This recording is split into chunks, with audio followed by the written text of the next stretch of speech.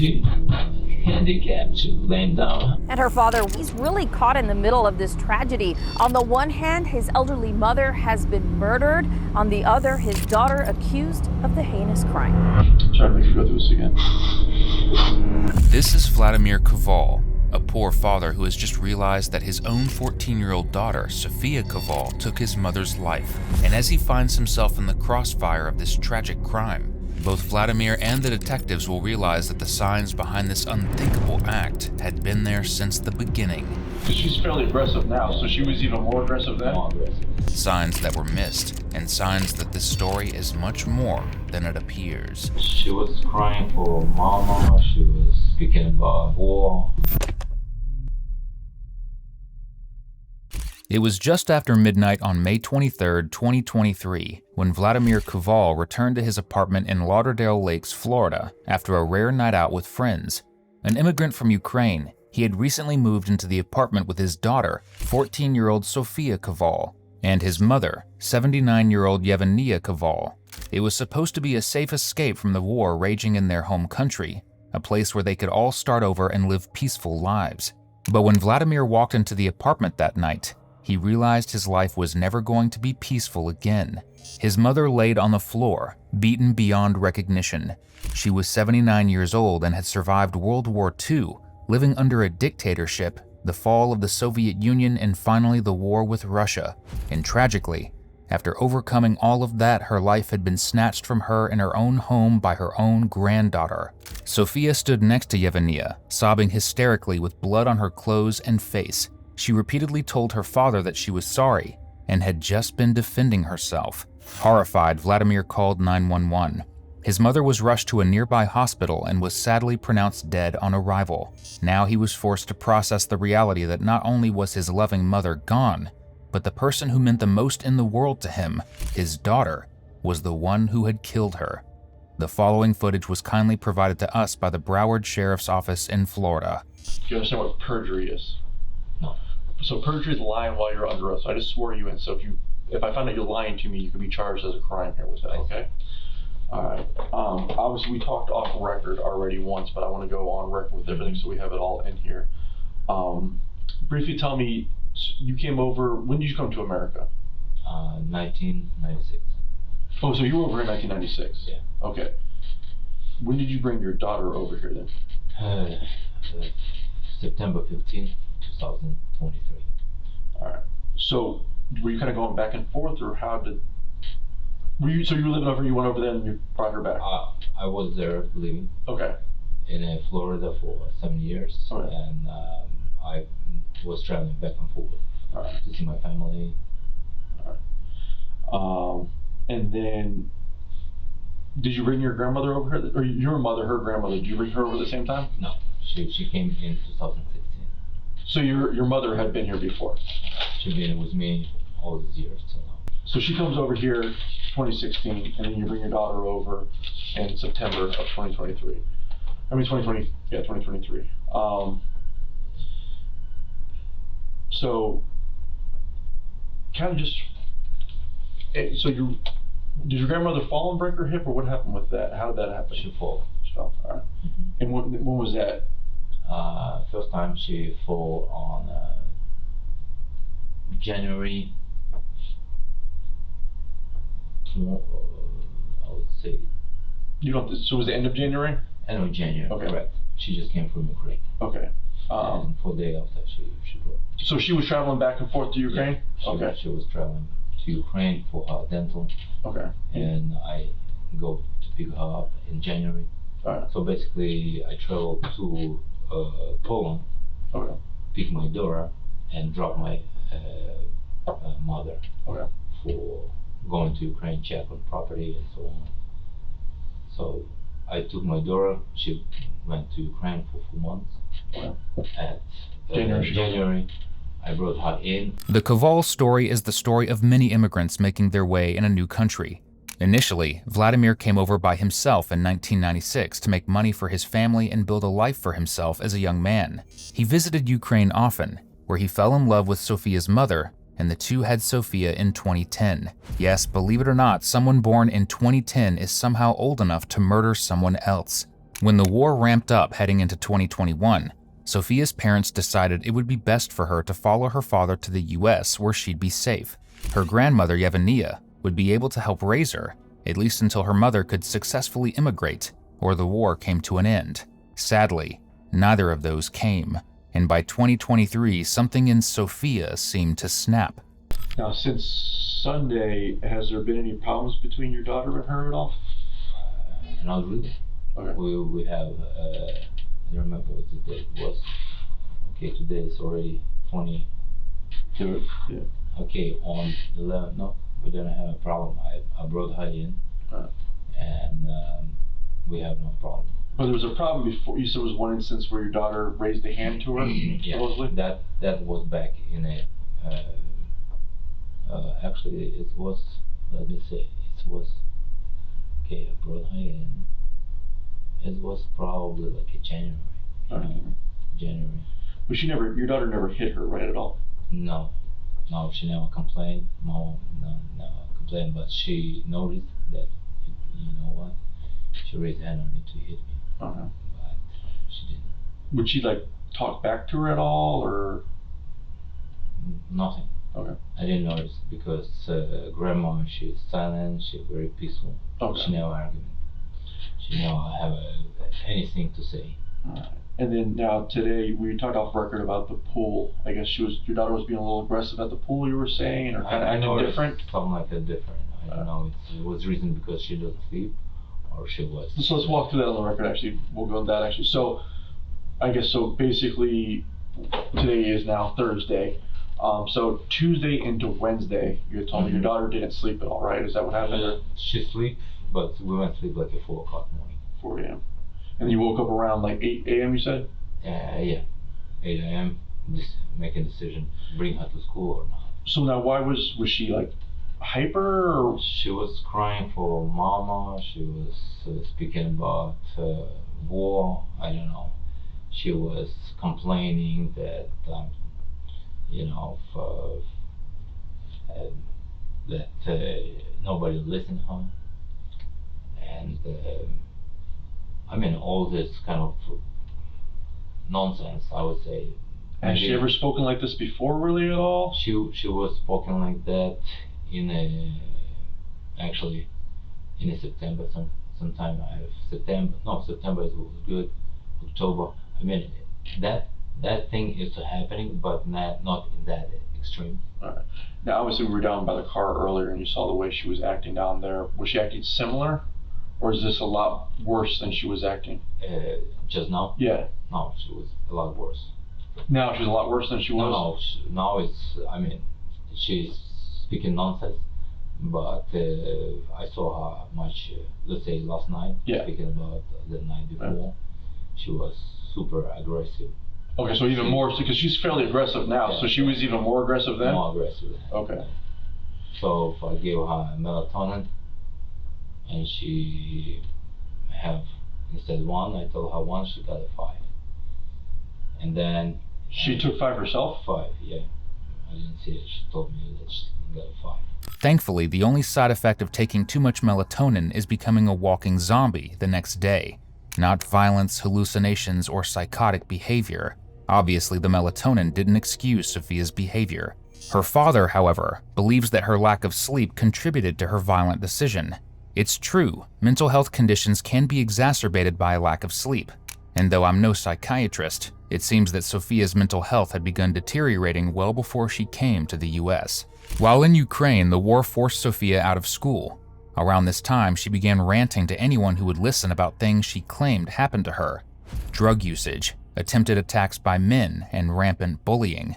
However, there was never any evidence that any of these events took place, and in retrospect, her father has called her constant insistence that they had a red flag. When Sofia came to the US, he tried to get her mental health treatment, but even with his insurance, he couldn't afford weekly psychiatrist and therapy appointments. Now, during the day then, how was she during the day after she slept? During the day, she wake up. We have a conversation once with my fiancée in Ukraine, her mother. Okay. We have a long conversation till probably noon.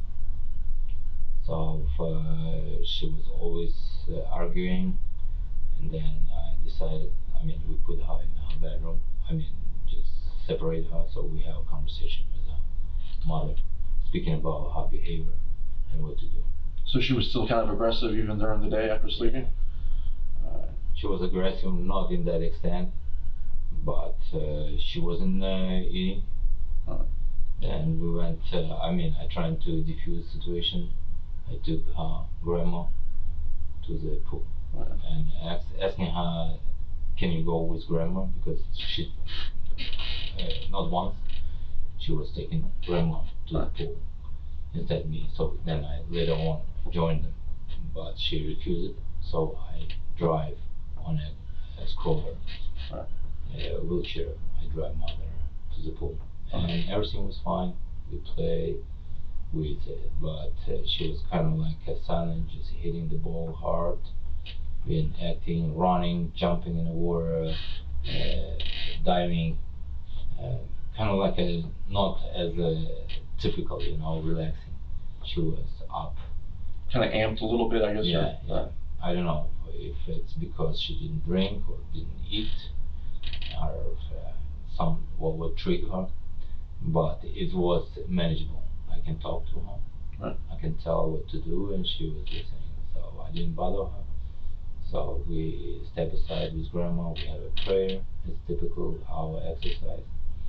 And I said, "We're going home. Are you coming?" She said, "Give me another half an hour." So we left. She left her by herself for about half hour? Yeah, I left her by herself, playing with kids. There was kids, and she wanted to stay, I see. So I thought, fine. There was adults around, so I went home. I prepared the dinner, I made the laundry, and then by clock, it was already 4 o'clock.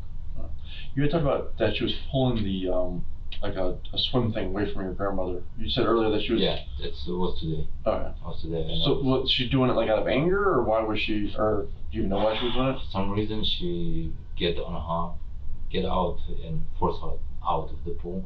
Force your grandmother out of the pool? Or forcing her out of the pool because kind of afraid her sunburn. Saying, hey, get out, get that lotion or something. And she pulling her, so I make a noticeable correction. I say, listen, leave her alone, go play with the ball or do anything else. Grandma said. So now does she eat dinner at night then, or around 4? You said you made food or whatever. Did she eat food? I made food. No, she was in the pool. I fed grandma and went to pick her up and offer her food. And did she eat it? And I left food on the table,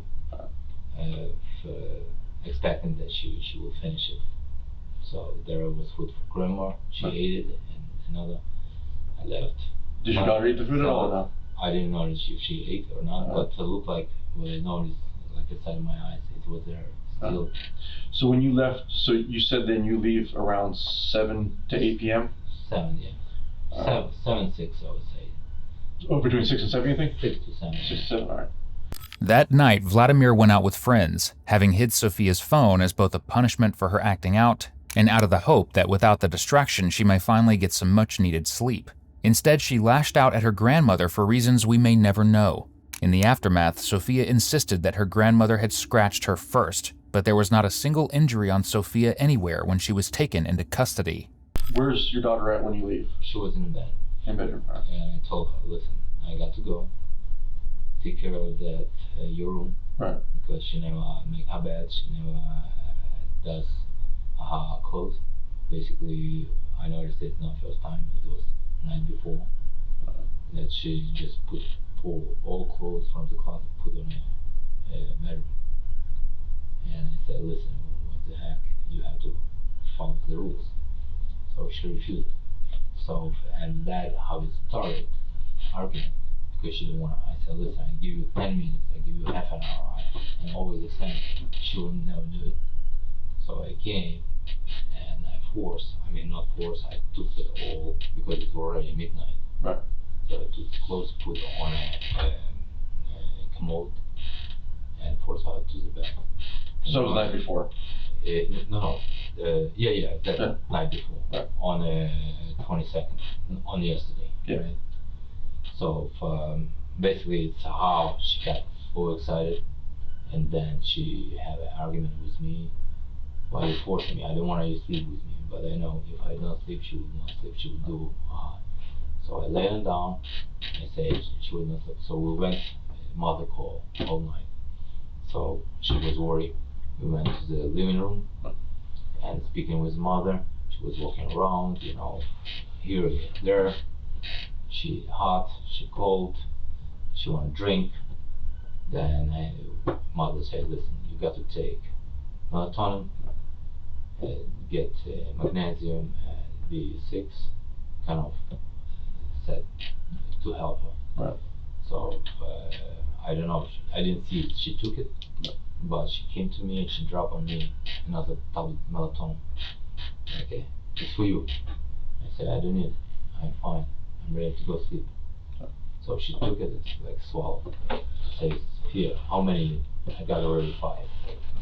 And she went back. That was a lot, yeah. So when you go to leave, then now another argument kind of started. When you go to leave around 6, so there was another argument over the clothing again? There, again, was the same argument. And you took her phone from her then, or what happens? Or? Yeah, I hide the phone because I know if I leave the phone, she's gonna play. She will do nothing. No, you said, was the phone still hidden when you came home, or was the phone out? It was out. I mean, it was hidden. Oh, was it? Okay. It was hidden. All right. Where's the phone at now? On a table. So you took it out and put it there, or what happened?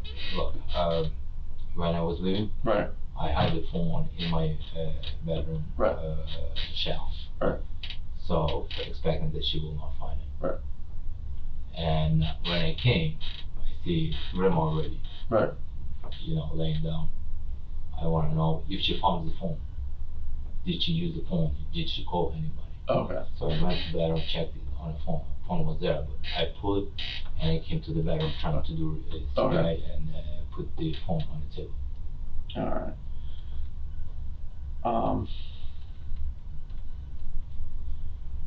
So let's get, I guess now. So you leave around 6 or 7. Where exactly do you go? Okay. I go to my friend. Where does he live? He doesn't live. He came here for business. No. Where do you go to meet him? It's Oakland Park. What's the do you know the address or? I don't know. Actually, I have an address in my. Yeah. I came. I pick him up, and we do some delivery.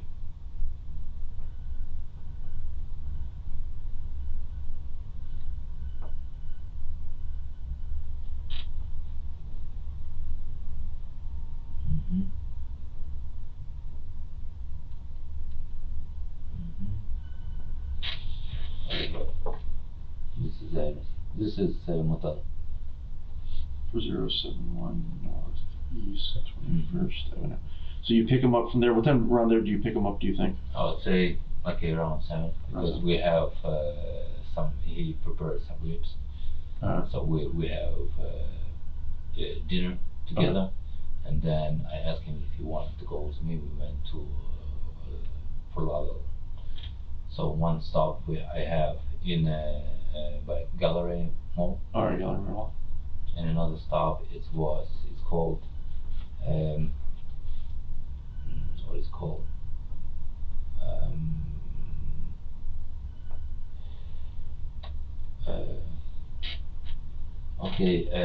Approximately. I will give you approximate. Yeah. This is on 6. What is it called? This is like a apartment building. Apartment on Sinstrunk? Huh? On 6th Street? On Sinstrunk. Yeah, Sinstrunk and for that Federal. On Federal, okay. On Sinstrunk, yeah. So you're dropping off a package, or what do you drop off? Or I got Easter pie left over from the church. Okay. So they asked me to distribute. So I found the people that use who might take it. So and then you go back. Do you drop him back off at his apartment? I drop him back in apartment. And then you drive home, or? And I drive home. Yeah. Okay. And so when you come home, is your daughter in the living room when you come home, or where? No, she was in the bedroom. In the bedroom. Our bedroom. Screaming. And I've Like yelling, or what was? Something blubbering, some like basically crying, kind of like, but not like, not really yelling. Okay, so not loud, just kind of no, making... just making noise, make it cry. And I see grandma, I couldn't recognize, so I asked Sophia, come here, what you did, what happened? You said she was laying same way we found her? Same as you found it. She was laying face up on the ground? I think, all bruised. Okay. So your daughter says that she had a cat, sorry. I'm sorry to make you go through this again. But your daughter said that your mom attacked her or hit her or something like that, or? I said, what happened? Why you did it? What you did to grandma? She encouraged me. I defend myself.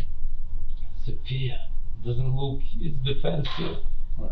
She handicapped, she laying down. How it could be bruised? How you defend her? And I looked at your daughter. Did you see any marks on your daughter at all? I didn't see it. Okay. Did she say, like, point to any place that she was scratched at all, or did No, she didn't show me anything. She said she's scratched, but no, I think she just pay back. I think it's more aggravation over me, and that I have no ability to bring her mom, because it's a typical topic. I need a mom, I want a mom. I said, Sophia, you understand? It's not me to decide. Right. We have to have a time. So I couldn't control that. And then she goes, like, explode and scream, Mom. It was night before. So now she said she hit her with a belt. Is that what she said she hit her with? The belt over there? Was dead, the belt, yeah. Did she say she used anything else though? No, she didn't tell me. Did she say how many times she hit her, or did she give anything? I didn't ask. Okay. I didn't have time to ask. And then obviously we talked about the walker looked like the piece was broken off of it. Yeah, I think there was also as a tool. Ultimately, Yevgenia was killed by blunt force trauma. Her granddaughter's weapon of choice was not only her fists and a belt, but her grandmother's own walker, which she was unable to move without. Like I said, before this though, has she ever been physical with you at all? Like try to hit you and like that? I would say she may get them. Actually, I don't know, it was triggered because night before I picked her from the school. I went to some gentleman, so he prepared dinner, so we swam in the pool. And there was something like that, she trying to push me in the pool. So I said, I don't want to, so I started wrestling with her. And she was aggressive, and then she losing. She started crying. She went to his apartment because we was outdoors, and she was crying. So I let it go. I didn't make any attempt to calm her down. But then I explained to Sophia, I'm stronger. Why are you trying to fight with me? So this was case that I had to break. And from that, I think she was very offended. Did it seem like she was play fighting then, or was it more of like aggressive fighting, would you say? For beginning, it was like a play. And then I see she was aggressive. Okay. So it kind of switched in the middle. It switched in the middle. Okay. And she tried, and I kept her over the pool. I said, why you pulling me and trying to drop me in the pool? I can do it better as you. So I keep it. I say, you want to go down to the pool in dress? No. So she started see that, and I pull her away. And I said, you see, I have a chance. I don't do it. Right. Why are you trying to? And she would start crying, and then she her joy separated. She went home, and then I see she disappointed. So I took the car and drove her back to her apartment. Right. And then it's actually when it started. Then her mother called, and she why are you trying to drop her to the pool? I said, I did it, but she initiated. She trying to fight with me. Huh. It's one case of it. Obviously, the way she was acting was very agitated right now, and I don't think that's normal. That's not normal for her at all. Right? Okay. How has that been happening more frequently, or has it been getting worse and worse, or has she, right in the way she's acting now, even the last night, obviously, has that been happening more often? Is that something that's gone on for a long time, or is that fairly new? It's gone a long time since she came. All right. And then the issue came, I don't know, maybe as a child she didn't understand that the immigration doesn't play, And her mother, I don't know if mother insists to her and she put the pressure on me. Right. But so over in Ukraine, was she having these type of outbursts and kind of being In Ukraine? Yeah, being very agitated, I would say. I would say once she had the issue. Okay. Once it's at the time of the bullying she had. Okay. How long ago was that, would you say? It was in 2013, like in 2000, right when the war started. Okay. 2022. 22, okay. Yeah, let's say 2022, and I brought her 2023. Yeah. Okay. But other than that, it was maybe the one time. Other than that, not this. 2000. I guess no, it happened 2023 on beginning of March. March. Okay. Yeah. Yes. Yeah, that was a little. Yeah. Yeah. So now, so it's kind of seemed like it's maybe been increasing as time has gone by. She's getting worse and worse. Would you say, or? I would say she become kind of worse because her mother, and the attachment she broke, and she started very aggressive with me. She always argued. She had to avoid the argument. It was very hard. So then I see it doesn't help. Right. So I've been pushing her, to do her duty with the school, with obeying, and so on. Obviously I have to go down now, maybe see if we can get your daughter come up here and talk and stuff like that. Before we go off record, is there anything else you think I need to know that you want to tell me? I mean, I just, everything in my mind, I'm trying to think about that last night. Right. Yeah, it was a rough night. And she was crying, she didn't sleep. We have a call because Ukraine is already awakened. Right. So we talked to mother. I mean, she was pushing me out of the bed because she wanted me there. I insisted, and I was already sleeping, and I was calm. She trying to speak. I said, Sophia, you got to stop. Right. And she was speaking. She saw me not replying. She fell asleep. That's something. Then today morning, I woke her up. She was upset that she didn't go to school. I explained her. Right. And I did not notice anything like bring to the point where we at. Right. And yeah, there's a big difference between being aggravated and agitated and then attacking someone and actually hurting them. All right, sir. All right. I should come a little bit early. I said, when it happened, when I came, she said, like half an hour. Oh, so she did say it happened about half an hour beforehand? Yeah. Before I came. So.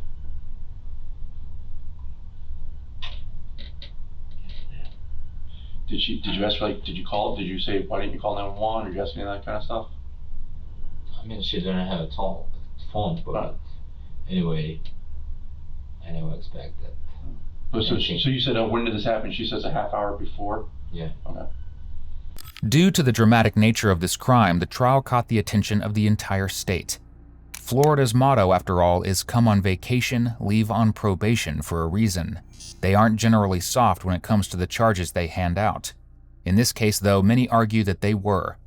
Sophia took a plea deal, pleading guilty to manslaughter, which, due to her age, will result in spending up to 3 years in the Florida Department of Juvenile Justice. Additionally, the judge put her under court-mandated supervision until she's 21, after which she's expected to be deported back to Ukraine, since she had yet to become an American citizen. Let's go all to the state's now asking me to sentence her on the juvenile sanctions.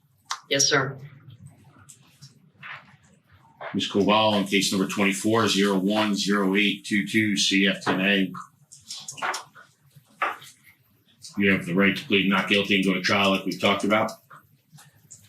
You can plead guilty where you say you did it, or you can plead no contest. No contest is you're not saying you did it, you're not saying you didn't do it, you're just saying, Judge, I'm willing to take this punishment in order to move on with my life. How do you wish to plead?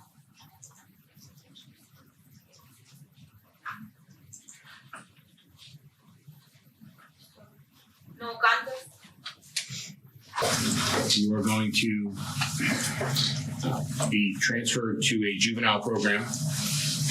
You will meet with a conditional release officer at that program. You will meet with the officials at that program. You will be given all your terms and conditions. Do you understand that? Yes, sir. You have 30 days to appeal the sentence and judgment of the court. If you can't afford an attorney, one will be appointed to represent you. Good luck. Thank you. Good luck, Mr. Thank you, Your Honor. For her father, the crime was unbearable. He expressed that while he loves his mother and believes the crime is a travesty, he still loves his daughter and wants to support her healing journey. When the verdict was read, he thanked the prosecution, defense, and judge, telling them that though his heart was forever shattered, he appreciated how they handled the case. Whatever outcome is, I accept the judgment. And to say, in the end,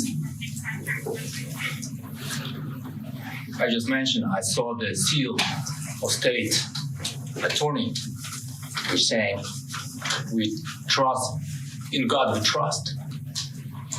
And some verse came to me, I want to express that. Back in the time of Noah, time of great knowledge and great ignorance, there was flood. Noah standing on a boat in a deck, seeing his son overboard drowning. He cried hard to the heaven, saying,